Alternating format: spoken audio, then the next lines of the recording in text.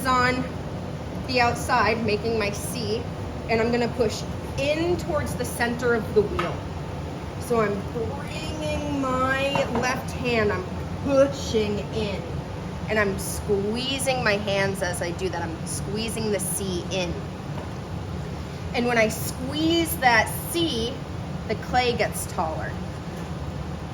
And that's what I want. I kind of want to wake up this clay. It was a little on the stiffer side. So I want to add more water and work it up and down. So now it got taller. Now let's push it down. So my left hand is still going to rest on the outside. My right hand, I'm going to use this part of my hand. And I'm going to push down and away from myself. And I'm using my body weight as I do it too. And at this point, I'm just staying steady and holding strong. My hands are creating a template for the clay to spin around in. And because my hands are staying so strong, it is telling that clay that it has no other choice but to stay where it is. So if my hands are allowing the clay to move, the clay will always move. It will always tell you what it wants to do. So we have to remember that we are the boss.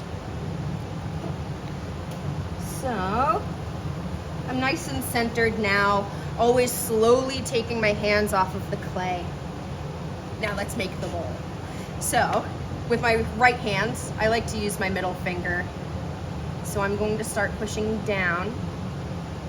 And you don't have to make the base too thin, because usually, not all the time, but usually with bowls, like Abby is doing, we like to trim the foot in. So keeping extra meat in the base of your bowl is important if you want to trim. So to check the thickness, you can take your needle tool and push down. And I will hold my pointer finger right at the base of the clay and pull up. I have about a 1/2 inch to use. That's a little on the thinner side for a bowl if I wanted to trim the foot. So I'm gonna take a little bit of the clay from out here and push it in towards the middle to make it a little thicker.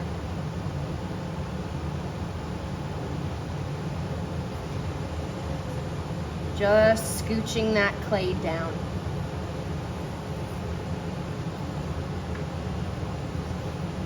Now let's check. Oh, I can already tell that's gonna be a lot better. So much better. So let's stay with that. About 1 inch, totally. Probably a little more actually. Or maybe 3/4. Yeah. So I'm just filling in that hole that I made. You don't have to, because with all the pulling that we're going to be doing, it will get filled in. So I'm centered, I have the thickness to my floor set. So now I'm going to just open up this bowl a little bit more. I didn't have to, but I just felt like it.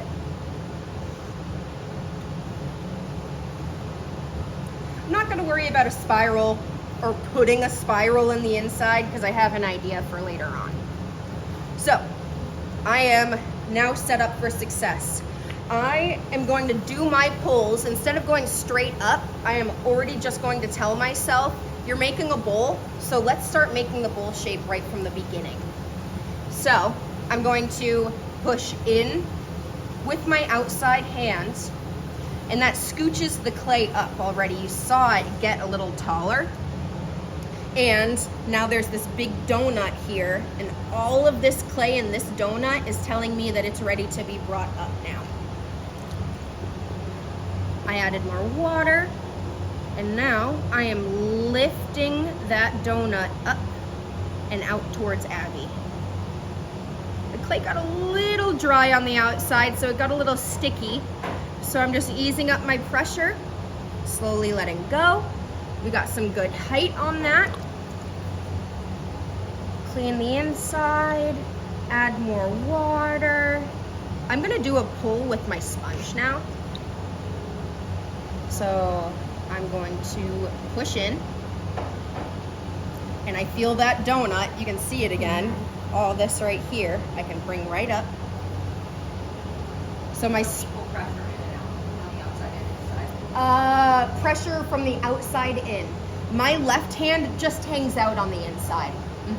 If I'm putting the pressure out and in, a lot of the time it will be too much of a shock to the clay and it will make it start to dance. So yeah, if you're noticing that you're doing pulls and your pot's dancing with every pull that you do, it might be because we're pushing out too much with our inside hand. That could be it. So left hand is staying steady, my right hand is pushing in. It's under that donut, and now I am lifting that donut up and out. And I usually, this is just a me thing, I pause a little bit under my rim because I like to have a little bit of a meatier rim on my pieces. I just like how it looks.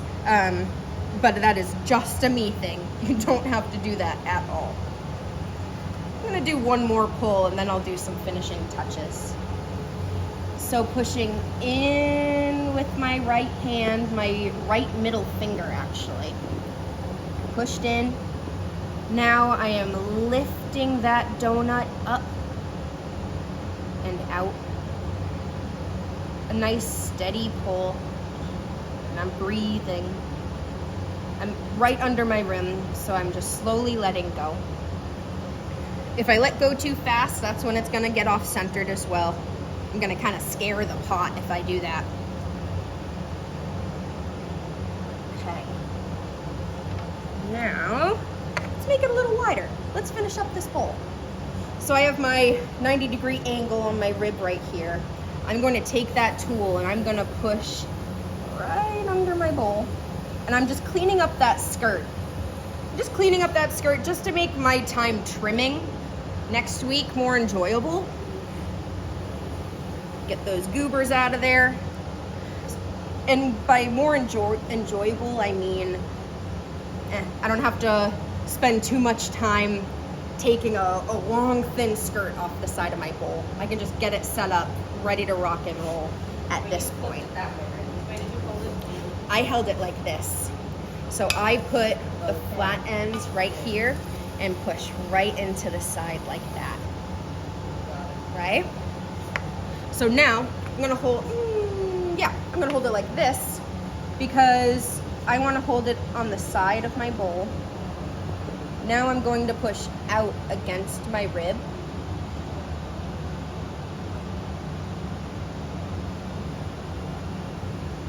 Just widening it, slowly letting go. And now I have a fun little flexi rib. These are fun.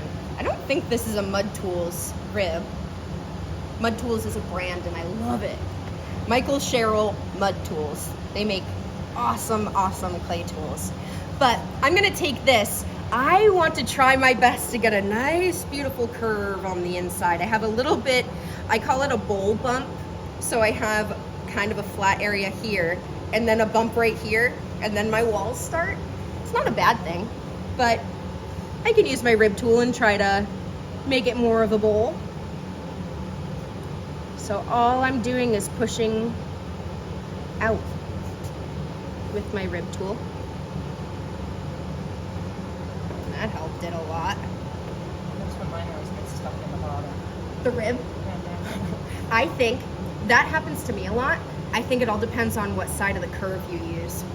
So let's see what happens. Okay, let's see what happens if I use this flatter side with a little point or a little curve. I'm probably not, I'm not gonna get the shape that I want because that point is kind of digging in a funny area. Super subtle, but I'm not happy with it. I see this little, you see it? Yeah. Just a little shadow. So let's use the wider curve instead. Use this side. Right? Smooths it right out. I got that little funny little goober here. You can just push down. But that helped it a lot. I would be happy with that. Maybe I'll put a little spiral in there. Oh, you just push your finger in and pull out? Yep, exactly. That's exactly it. It looks like magic, but it's really all too, all it is to it. So now I'm gonna do my little rim situation. I like to have a little bit of an angle, mainly because I have cereal a lot, and my favorite part about the cereal is the milk, and I love to drink the milk when I'm done with my cereal. So I want the rim that I'm drinking out of to be comfortable on my mouth. That's literally why I make my bowls that way. That shaping was on a slightly drier. Kind of indent and be okay with it. I'm gonna indent it and be okay with it. So if you wait a little too long wiring something off, it might re-stick. So that's why I did that. But I'm gonna push in, kind of like you're picking up a turkey from a big turkey pan, and then place it down. And I have indents around the foot, but I'm gonna bowl. You need strength down here to hold the piece up. So if you make it as thin as it is up here, it's more than likely going to flop depending on the clay that you use, especially if you're using porcelain. Right. So keeping it thicker down here is good, because then you're just going to, when it's ready, you're going to trim away all of that. All of this clay will be gone. And then That's Bigfoot. you will trim away all of that clay too. Right? That's pretty cool.